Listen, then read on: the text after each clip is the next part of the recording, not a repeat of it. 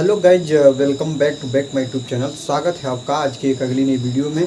आज की वीडियो में हम बात करने वाले हैं जो आप देखेंगे कक्षा 10 जो कि प्रकाश वाले चैप्टर में, जो कि आज वीडियो नंबर 2 है। पहली वीडियो में आप लोगों के सामने मैंने प्रकाश के जितने भी इसके डिफिनीसन थे, डिफिनीसन के साथ साथ प्रकाश की मैंने जितने गुण थे, गुण को मैंने कवर कराया। सारी चीज़ों को, प्रकाश के परावर्तन तक की चीज़ों को मैंने कवर करा दिया है। तो आज की वीडियो में हम बात करेंगे प्रतिबिंब, इमेज को देखेंगे, इमेज कितने प्रकार के होते हैं, और इमेज के बाद आज की वीडियो में हम देखेंगे दर्पण के बारे में। तो सारे डाउट आज क्लियर हो जाएंगे। अगर चैनल पर नए हैं तो चैनल को सब्सक्राइब करिए, बेल आइकन को प्रेस करिए और दोस्तों के साथ आप लोग शेयर करिए। किसी ने कहा है कि मुश्किलों से भाग जाना आसान होता है, हर पहलू ज़िंदगी का इम्तहान होता है, डरने वालों को मिलता नहीं है कुछ, लड़ने वालों के कदमों में जहान होता है। तो आज आप देखिएगा प्रतिबिंब किसे कहते हैं, और प्रतिबिंब के बाद हम देखेंगे दर्पण के बारे में। किसके बारे में देखेंगे? दर्पण के बारे में। तो सबसे पहले हम देख लेंगे प्रतिबिंब किसे कहते हैं। तो दोस्तों आपको पता है इमेज किसे कहते हैं। इमेज का मतलब ये है कि देखिए मेरे जो ये हाथ है, हाथ को मैं ऐसे किया हूँ और मेरे चारों तरफ से लाइटें हैं, और लाइटें जब इस हाथ पर पड़ती हैं तो इस हाथ का प्रतिबिंब इधर बनाए रही है, इसकी छाया। प्रतिबिंब का मतलब दोस्तों होता है, क्या होता है? छाया। छाया, इमेज, इमेज, प्रतिबिंब या छवि, इसी को ना बोलते हैं। सारी चीज़ें इसी को बोलते हैं। अगर मैं यहाँ पे खड़ा हूँ तो मेरे पर जब प्रकाश पड़ेगी तो इस प्रकाश पड़ेगी, तो यह प्रकाश जब इस शरीर पर पड़ जाती है तो इसके पीछे इसकी छाया, परछाई या छवि उत्पन्न होती है। इसी को हम लोग क्या बोलते हैं? इसी को दोस्तों बोलते हैं प्रतिबिंब। अगर आपको ऐसे भी नहीं समझ में आ रहा है तो देखिए यहाँ पे मैंने एक टॉर्च ले लिया। क्या ले लिया? टॉर्च ले लिया, और टॉर्च को मैंने ऑन रखा है। क्या रखा है? ऑन रखा, मतलब इसको चालू रखा।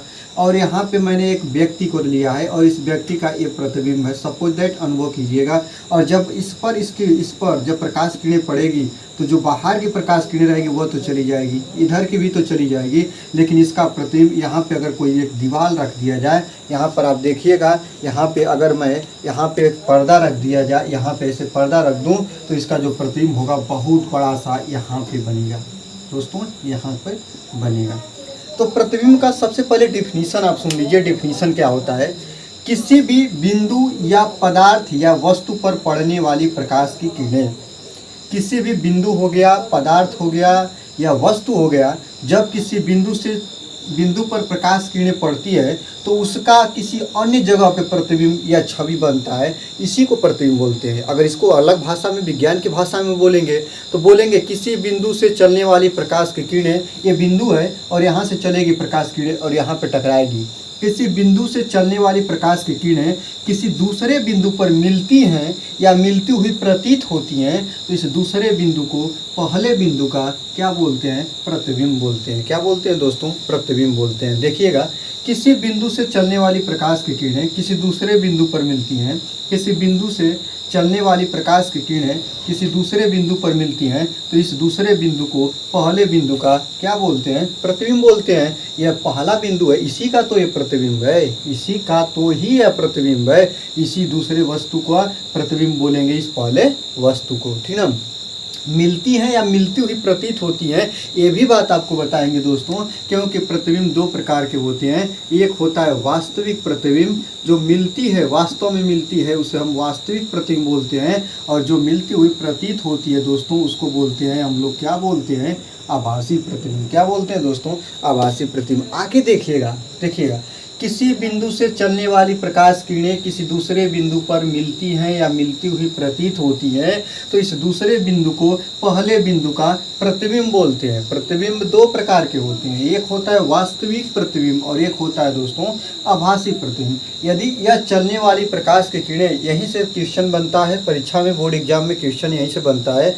यदि ये चलने वाली प्रकाश की किरणें वास्तव में मिले, किसे मिले? वास्तव में मिले, तो इसको हम लोग दोस्तों बोलते हैं वास्तविक प्रतिबिंब। और यदि चलने वाली प्रकाश किरणें मिलती हुई प्रतीत हों, आभास होता हो कि मिल रही हैं, तो इसको हम बोलते हैं दोस्तों आभासी प्रतिबिंब। यदि यह प्रतिबिंब वास्तव में मिलती हैं तो इसे वास्तविक प्रतिबिंब बोलते हैं। और वास्तविक प्रतिबिंब जो होता है दोस्तों, आप देखिएगा, वास्तविक प्रतिबिंब जो होता है वो उल्टा बनता है। कैसा बनता है? उल्टा। और इसको पर्दे पर लिया जा सकता है, इसको पर्दे पर दोस्तों लिया जा सकता है। यही प्रश्न बनता है कि वास्तविक प्रतिबिंब कैसा बनेगा। जब आपको इमेज पढ़ाया जाएगा दर्पण में, तो दर्पण से जब प्रतिबिंब बनने के नियम में पढ़ाया जाएगा, लेंस में भी प्रतिबिंब बनने के प्रतिबिंब बनेंगे, दर्पण में भी प्रतिबिंब बनेंगे। तो जब वास्तविक जहाँ पे शब्द आएगा दोस्तों, आपको बताना पड़ेगा कि वास्तविक है तो मतलब उल्टा है, और उल्टे को पर्दे पर लिया जा सकता है। और आभासी अगर कहीं शब्द में लिखा हुआ मिलेगा तो समझिएगा प्रतिबिंब कैसा बनेगा दोस्तों, सीधा बनेगा, और इसको पर्दे पर नहीं लिया जा सकता, इसको पर्दे पर नहीं लिया जा सकता है। ये भी बात आप लोग ध्यान देंगे। आशा है कि अब इमेज को आप लोग जान चुके होंगे।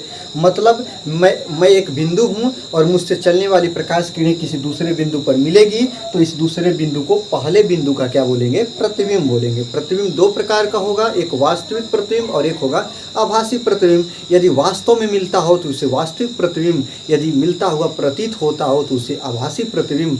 वास्तविक प्रतिबिंब दोस्तों उल्टा होता है, उल्टा होने के कारण इसे हम पर्दे पर ले सकते हैं। आभासी प्रतिबिंब उल्टा नहीं होता है, यह सीधा होता है, और सीधा होने के कारण इसे हम पर्दे पर नहीं ले सकते हैं। दोस्तों यही अब बात है प्रतिबिंब के बारे में।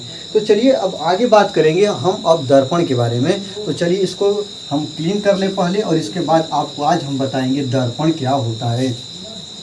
तो जब आप दर्पण को आपको पढ़ाया जाएगा तो दर्पण में भी बहुत इंपॉर्टेंट चीज़ें हैं। दर्पण से भी सारे क्वेश्चन बनते हैं बोर्ड एग्जाम में, और इसमें भी कुछ ऐसी लॉजिक हैं जो लॉजिक को आप जानेंगे तो आप जल्दी से जल्दी सीख जाएंगे और सारी परेशानियों को आप दूर हो जाएगा। तो चलिए दर्पण देखते हैं। उससे पहले आपसे रिक्वेस्ट करेंगे कि चैनल पर नए हैं तो चैनल को एक बार ज़रूर से ज़रूर आप लोग सब्सक्राइब कर लें, क्योंकि सारे मैटर को मैं आपको देने वाला हूं, चाहे हिंदी हो, चाहे अंग्रेजी हो, मैथ हो, सारे विषय के सॉल्यूशन आसान भाषा में आपको मिलेगा। इसमें कुछ भी आपको डाउट नहीं होगा। दर्पण किसे कहते हैं, सबसे पहले दर्पण देखिएगा। दर्पण आपको एकदम आसान तरीक़ा से एकदम दिमाग में छप जाए उसको देखेंगे। दर्पण यह कांच का बना होता है। किसका बना होता है दोस्तों, आपको जान जाइए पहले, कांच का। कांच का मतलब ग्लास, ग्लास का, कांच का बना होता है। और जो यह होता है दोस्तों खोखला होता है। कैसा होता है, खोखला। खोखला कांच ले लीजिए, और कैसा रहेगा ये दोस्तों, गोल रहेगा। कैसा रहेगा, गोल। इस इतना मैटर ले लीजिए और देखिए आपको बना दूंगा मैं दर्पण। अभी देखिए गोल कांच ले लेंगे, ले लिया, ये बीच में खाली है मतलब खोखला है। समझ में आया बात। तो दर्पण क्या होता है, दर्पण किसी कांच के खोखले गोले का कटा हुआ भाग होता है। कटा हुआ भाग का मतलब दोस्तों देखो, इसको मैं ऐसे ऐसे करके काट ले रहा हूँ, कट गया। देखिए इसको मैंने दो हिस्सा में काट दिया।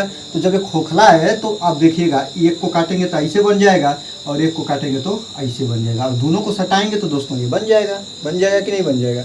दर्पण क्या होता है, तो कांच के खोखले गोले का कटा हुआ भाग होता है, जिसके एक तल पर लाल ऑक्साइड या आयरन ऑक्साइड की कलई करते हैं। दोस्तों कलई का मतलब क्या होता है, देखिए यहाँ पे मैं लिख दे रहा हूँ, आप लोग देख लीजिए।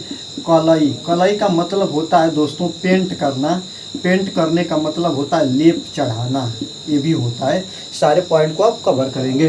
देखिएगा, दर्पण किसी कांच के खोखले गोले का कटा हुआ भाग होता है, जिसके एक तल पर लाल ऑक्साइड की कलई करते हैं। अब देखिए दोनों कट गया। कटने के बाद अपनी आगे साइड में, आगे आप लोग, आप एकदम करेक्ट, आप पॉजिटिव साइड में, आगे साइड में कलई करेंगे। देखिए यहाँ पे कलई, कलई का जो सिंबल होता है दोस्तों ऐसे ऐसे रहता है कलई का। कहीं भी ऐसे आप देखिएगा तो समझिएगा कि इस तल पर कलई किया गया है, और ये वाला तल जो है वो चमकदार बनाया गया है। यहाँ पर भी देखिए, यहाँ पे कलई कर देंगे, कलई हो गया। अब देखिए यह बन गया दोस्तों, आपका क्या बन गया, ये आपका बन गया है दर्पण। ठीक है, दर्पण दिया गया। और कलई करने के बाद आप देखेंगे जो ये दर्पण है क्या है दोस्तों, यह आपका दर्पण बन चुका है, मिरर बन चुका है। और दोनों में आगे की तरफ क्या कर दिए हम लोग, आगे की तरफ कलई कर दिए हैं। और ये वाला जो पृष्ठ है वो यह क्या हो गया, यह चमकदार हो गया या परावर्तक हो गया दोस्तों। तो दर्पण, अब यहाँ पर आप लोग देखिएगा, इसको मैं क्लीन कर रहा हूँ, और क्लीन करने के बाद अब आगे की जो स्टोरी है, आगे की जो कहानी है, इसको आप लोग देखेंगे। आगे की कहानी में आप लोग यही देखेंगे कि दर्पण जो होता है दोस्तों दो प्रकार का होता है। एक होता है आपका अवतल दर्पण, क्या होता है, अवतल दर्पण।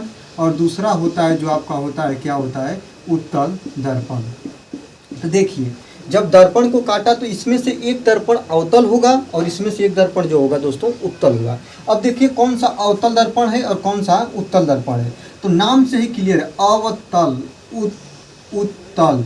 उत्तल का मतलब जिसका तल उठा हो, और तल का मतलब क्या होता है जान जाइएगा, बीच वाला भाग होता है दोस्तों। क्या होता है, बीच वाला भाग होता है। अगर वीडियो अच्छी लग रही है तो आप लोग लाइक कर लीजिए और चैनल पर नए हैं तो सब्सक्राइब भी करिए। देखिए तल का मतलब क्या होता है, बीच वाला भाग, तो इसका यही बीच वाला भाग है, इसका भी यही बीच वाला भाग है। अब देखिए उत्तल होता है एक होता है अवतल। तो उत्तल मतलब जिसका तल क्या हो, उठाव। उत्तल मतलब जिसका तल क्या हो भाई, उठाओ। तो देखिए यह बिंदु अगर आप यहाँ पे एक इमेजिंग करेंगे तो इस वाले बिंदु से इतना तल इसका उठा हुआ है, तो यह जो दर्पण है वह उत्तल दर्पण है। कौन सा दर्पण है दोस्तों, उत्तल दर्पण है। और यहाँ पर देखिएगा ये वाला पॉइंट अगर यहाँ पे भी इमेजिंग ऐसे कर लिया जाए और इस वाले तल से ये तल दबा है, यह तल क्या हुआ है, दबा हुआ है, तो इसको बोलते हैं दोस्तों, क्या बोलते हैं, अवतल दर्पण। क्या बोला जाता है इसको बोला जाता है अवतल दर्पण।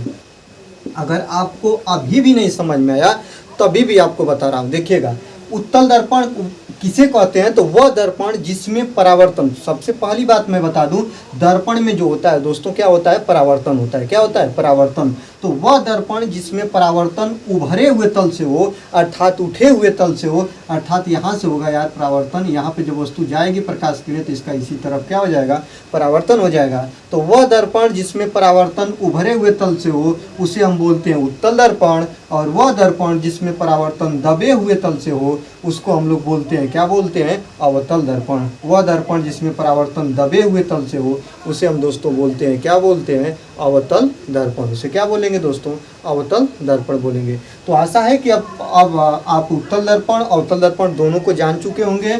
और इसके बाद अवतल दर्पण और उत्तल दर्पण में आप लोगों को दोस्तों मैं बताऊंगा कि अवतल दर्पण और उत्तल दर्पण में जो इसके कुछ मुख्य पॉइंट होते हैं, वो कुछ मुख्य बिंदु होते हैं, सारे बिंदु को कवर करेंगे। देखिएगा पहला पॉइंट होता है ध्रुव, जिसको पोल बोलते हैं। क्या बोलते हैं, अंग्रेजी में पोल बोलते हैं। और ध्रुव को किससे दर्शाते हैं दोस्तों, पी से। तो गोलीय दर्पण के परावर्तक तल, देखिए कोई भी दर्पण हो जाए, ये भी दर्पण ये भी दर्पण, देखिएगा यही जो होता है मुख्य अक्ष होता है। क्या होता है दोस्तों, ये जो चिन्ह होता है ये मुख्य अक्ष होता है। जो इसका सबसे पहले ध्रुव की बात करेंगे तो गोलीय दर्पण के परावर्तक तल के मध्य बिंदु, यही तो मध्य बिंदु है दोस्तों, इसी को क्या बोलते हैं, ध्रुव बोलते हैं। गोलीय दर्पण के परावर्तक तल के मध्य बिंदु को दर्पण का ध्रुव कहेंगे। कोई दर्पण का बीच वाला जो बिंदु होगा इसी को क्या बोलेंगे दोस्तों, ध्रुव बोलेंगे। इसी को क्या बोलेंगे, ध्रुव बोलेंगे। ये ध्रुव हो गया। गोलीय दर्पण के परावर्तक तल के मध्य बिंदु को ध्रुव बोलते हैं। दर्पण का द्वारक किसे कहेंगे, ये भी पॉइंट सुन लीजिए। दर्पण का द्वारक, गोलीय दर्पण का वह क्षेत्र या गोलीय दर्पण का वह भाग जहाँ पर किसी भी वस्तु को रखते हो तो उसका परावर्तन हो जाता हो, उसे हम बोलते हैं दर्पण का द्वारक। क्या बोलते हैं, दर्पण का द्वारक। यहाँ से लेकर यहाँ तक की दूरी दर्पण की द्वारक कही जाएगी। अगर इसको M1 से और इसको M2 से दर्शाऊं तो दर्पण का द्वारक M1 और M2 हो जाएगा। इसमें भी देखिए यहाँ से यहाँ तक की दूरी जो हो जाएगी दर्पण की दोस्तों क्या हो जाएगी, द्वारक हो जाएगी। ध्रुव भी आपने देखा, द्वारक भी आपने देखा, 2 पॉइंट आपने देख लिया। आगे देखिएगा, आगे आता है दर्पण का वक्रता केंद्र। दर्पण का वक्रता केंद्र क्या होता है दोस्तों, दर्पण के वक्रता केंद्र के बारे में बात करेंगे। दर्पण के वक्रता केंद्र को C से दर्शाते हैं। किससे दर्शाते हैं, C से। किसको दोस्तों, वक्रता केंद्र को। तो वक्रता केंद्र किसे कहते हैं, गोलीय दर्पण। देखिएगा यही तो दर्पण है, 2 प्रकार के होते हैं दोस्तों गोलीय दर्पण। ये देख लीजिए, ये कल ही मैंने कर दिया। गोलीय दर्पण जिस कांच के खोखले गोले का कटा हुआ भाग होता है उसके केंद्र को दर्पण का वक्रता केंद्र कहते हैं। देखिए गोलीय दर्पण हो गया आपका, गोलीय दर्पण हो गया। गोलीय दर्पण को जब आप आगे ऐसे गोल में बढ़ाएंगे तो बढ़ाने के बाद दोस्तों देखिएगा इसको भी आप लोग ऐसे कांच रहा होगा और इस कांच को आप लोगों ने ऐसे काटा है। जब इसको आप ऐसे गोल में बढ़ाएंगे तो इसका जो केंद्र होता है दोस्तों उसी को बोलते हैं क्या, वक्रता केंद्र। देखिएगा यही होता है दोस्तों वक्रता केंद्र। यही क्या होता है दोस्तों, वक्रता केंद्र। गोलीय दर्पण जिस कांच के खोखले गोले का कटा हुआ भाग होता है, गोलीय दर्पण जिस कांच के खोखले गोले का कटा हुआ भाग होता है उसके केंद्र को दर्पण का वक्रता केंद्र कहते हैं। उसके केंद्र को क्या बोलते हैं दोस्तों, दर्पण का वक्रता केंद्र बोलते हैं। इसके केंद्र को दर्पण का वक्रता केंद्र बोलते हैं और इसे C से दर्शाते हैं। समझ में आया बात आपको। और यहीं पे आपका ध्रुव होता है, इसको P से दर्शाते हैं। यहीं पे आपका यहाँ से लेकर और यहाँ तक की दूरी दर्पण की द्वारक कही जाती है। यहाँ से लेकर यहाँ तक की दूरी दर्पण के द्वारक कही जाती है। यहीं पे आपका कहीं P होता है, यहीं पे आपका कहीं P होता है। P का मतलब ध्रुव, C का मतलब वक्रता केंद्र, M1 और M2 का मतलब हो गया दर्पण का द्वारक। दोस्तों इतनी बात को आपको कंफर्म होगा। आगे नेक्स्ट देखिएगा, वक्रता केंद्र हो गया, इसके बाद बाबू आपको बता दिया ध्रुव हो गया, और इसके बाद आपका दर्पण का द्वारक बता दिया, और इसके बाद बाबू अगला पॉइंट आपका आ जाएगा मुख्य अक्ष। क्या आएगा दोस्तों? मुख्य अक्ष। मुख्य अक्ष क्या होता है बाबू? मुख्य अक्ष के बारे में बात करेंगे तो गोलीय दर्पण में C और P को मिलाने वाली रेखा, यही C है बाबू, वक्रता केंद्र और ध्रुव को मिलाने वाली रेखा ये क्या कहलाती है दोस्तों? मुख्य अक्ष कहलाती है। C और P को मिलाने वाली रेखा मुख्य अक्ष कहलाती है। यही है दोस्तों मुख्य अक्ष। यही क्या है? मुख्य अक्ष। C और P को मिलाने वाली, आपको कोई पूछ देगा कि मुख्य अक्ष किसे कहते हैं, तुरंत आप कहिएगा CP को मिलाने वाली रेखा क्या कहलाती है? मुख्य अक्ष कहलाती है। C का मतलब वक्रता केंद्र और P का मतलब ध्रुव। तो दर्पण के वक्रता केंद्र से ध्रुव को मिलाने वाली जो रेखा है उसी को क्या बोलेंगे?